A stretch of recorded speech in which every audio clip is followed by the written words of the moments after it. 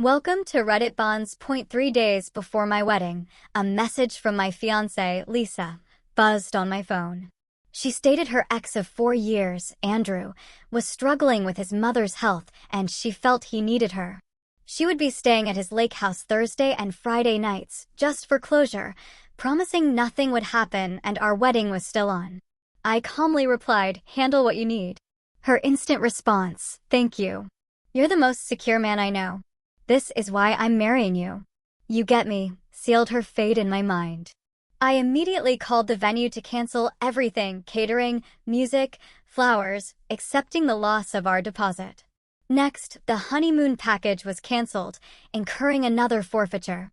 By 5 p.m., I was at our shared apartment, meticulously packing only my belongings. That night, I relocated to my friend Daniel's spare room. He offered silent support. When Lisa called later, I let it ring. My previous reply had conveyed enough. I wasn't interested in arguments or pleas. She sought closure, and I had provided it. By Thursday morning, the repercussions of the cancellations began to surface. Lisa, who insisted on being copied on all vendor communications, discovered my actions. Her initial texts ranged from disbelief to anger. "Michael, what the hell is this? The venue says everything is canceled. Tell me this is a mistake." Followed by, "You're being dramatic. It's 2 nights just for closure. Why are you ruining our wedding?" Her maid of honor, Sarah, and Lisa's mother, Margaret, soon joined the barrage of furious calls and texts, accusing me of ruining everything. I remained unresponsive, only instructing Daniel to tell them to ask Lisa about her initial message. Then came a text from Andrew himself. "Bro, this is a misunderstanding. Lisa was just being kind. Nothing's happening. Don't throw everything away over 2 nights." My sole reply was, "You invited my fiancé to stay with you 2 nights before our wedding. What exactly did you think would happen?" No further response followed. Later, Lisa's tone shifted to pleading, begging for a face-to-face discussion to fix this. I deleted her voicemail. The facts were stark. She chose her ex over our impending marriage. There was nothing more to discuss. That night, Daniel informed me Lisa had posted on Instagram, "Our wedding is postponed. Michael is struggling with anxiety and panic. Please keep him in your prayers." I immediately uploaded a screenshot of her original message about Andrew to my own account, adding the caption, "No panic, no anxiety, just boundaries." Then I logged off. The next day, chaos erupted in the comments section. Around noon, Lisa, her parents, Sarah, and Andrew appeared at Daniel's building, demanding to talk. Daniel, speaking through the intercom, rebuked Andrew for his audacity. Lisa defiantly asserted, "I was doing you a favor by telling you the truth. Most women wouldn't." Security soon escorted them away. Later, Daniel showed me Lisa's Instagram story, wine glasses at Andrew's place, captioned, "Sometimes the universe shows you where you're meant to be." I simply poured myself a drink. Good. Now everyone understood her definition of closure. Friday afternoon, meant for the rehearsal, saw Lisa and her mother at the chapel, still insisting the event was on, despite my prior cancellation for a university recital. I unequivocally stated I was not responsible for their charade. Lisa's father, Edward, then reached me, admonishing me for walking away and asking if I realized what this was doing to Lisa. My reply, "I realize exactly what it's doing. She's been posting from Andrew's lake house since last night. Did she tell you that?" The line went dead. That evening, Lisa and Margaret attempted a replacement dinner, attended by only 12 of 60 invited guests. Andrew sat beside a tearful Lisa. Later, Lisa went live on Instagram, drunkenly lamenting her situation, claiming she never cheated and I was making her a villain. Comments quickly highlighted her presence at Andrew's place and her conflicting stories about my panic attacks. Andrew's voice cut in, "Lisa, end it. You're making it worse." The feed went dark. Daniel Riley observed, "She's burying herself." I concurred. I hadn't needed to intervene further. Saturday morning, the supposed wedding day, Daniel showed me photos from our booked botanical gardens. Instead of our wedding, a children's charity gala was underway, with my former guests colliding with clowns and face painters, having been misled by Margaret that the ceremony was merely postponed.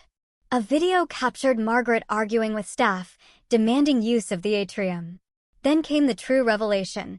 Andrew's sister, Natalie Martin, arrived, not for a wedding, but for a confrontation.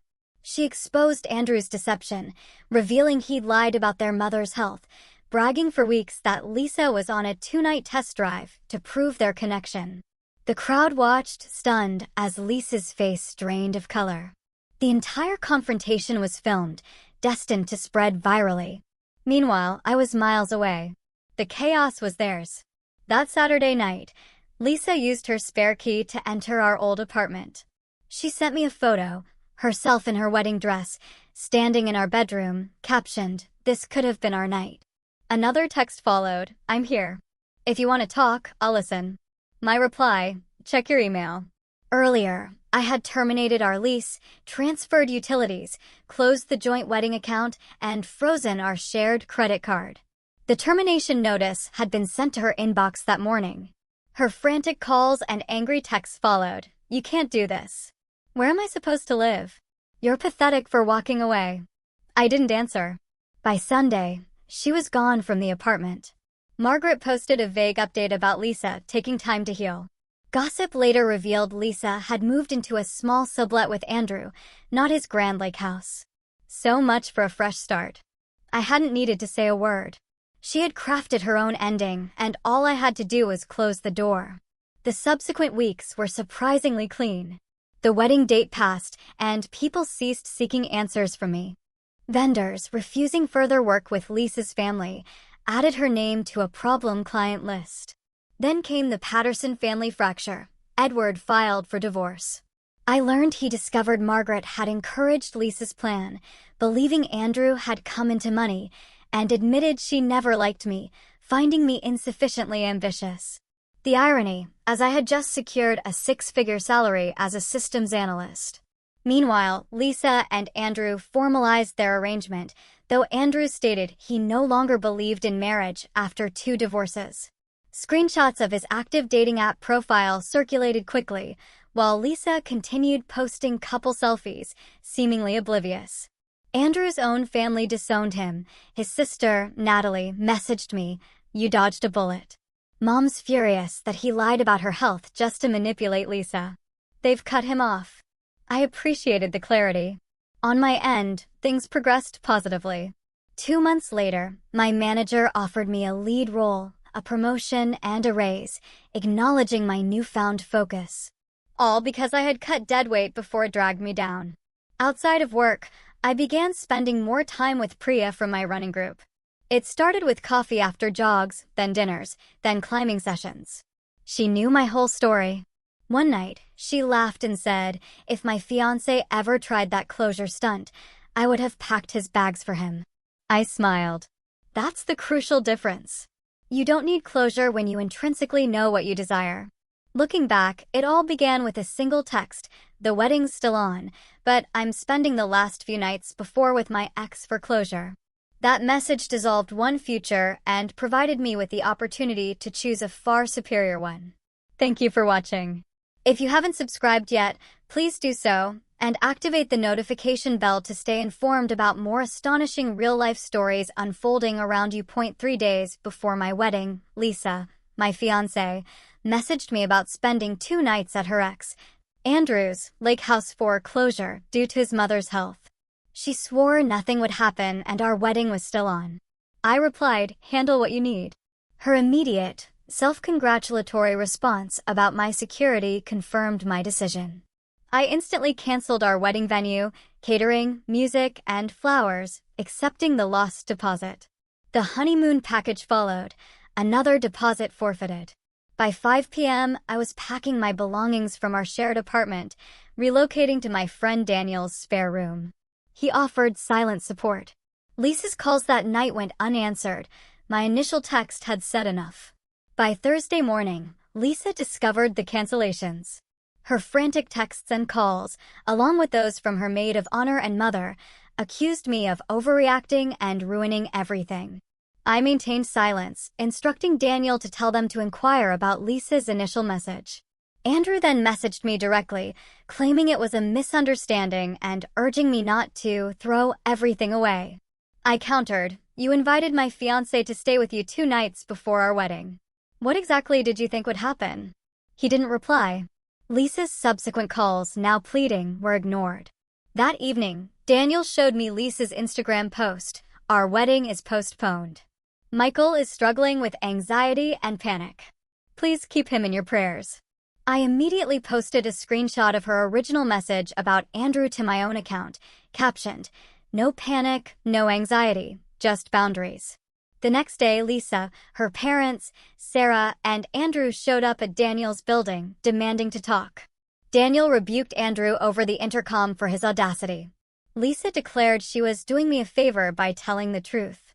That was all I needed to hear. Security escorted them away. Later, Daniel showed me Lisa's new Instagram story, wine glasses at Andrew's, captioned, "Sometimes the universe shows you where you're meant to be." I simply thought, now everyone can see her definition of closure. Friday afternoon, the day of our rehearsal, Lisa and her mother appeared at the chapel, insisting the event was still on, despite my cancellation.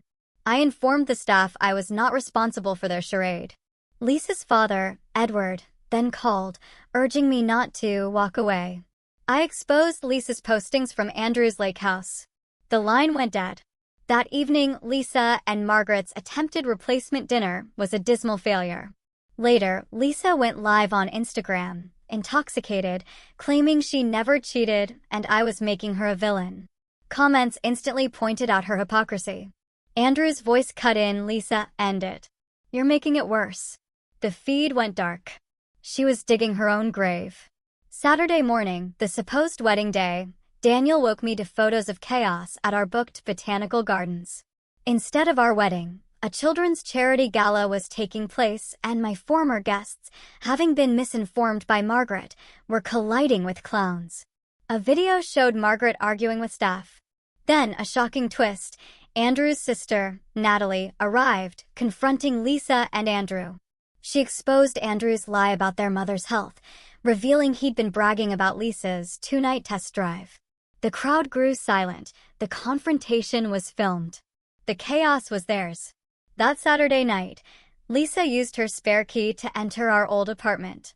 She sent me a photo of herself in her wedding dress in our bedroom, captioned, "This could have been our night."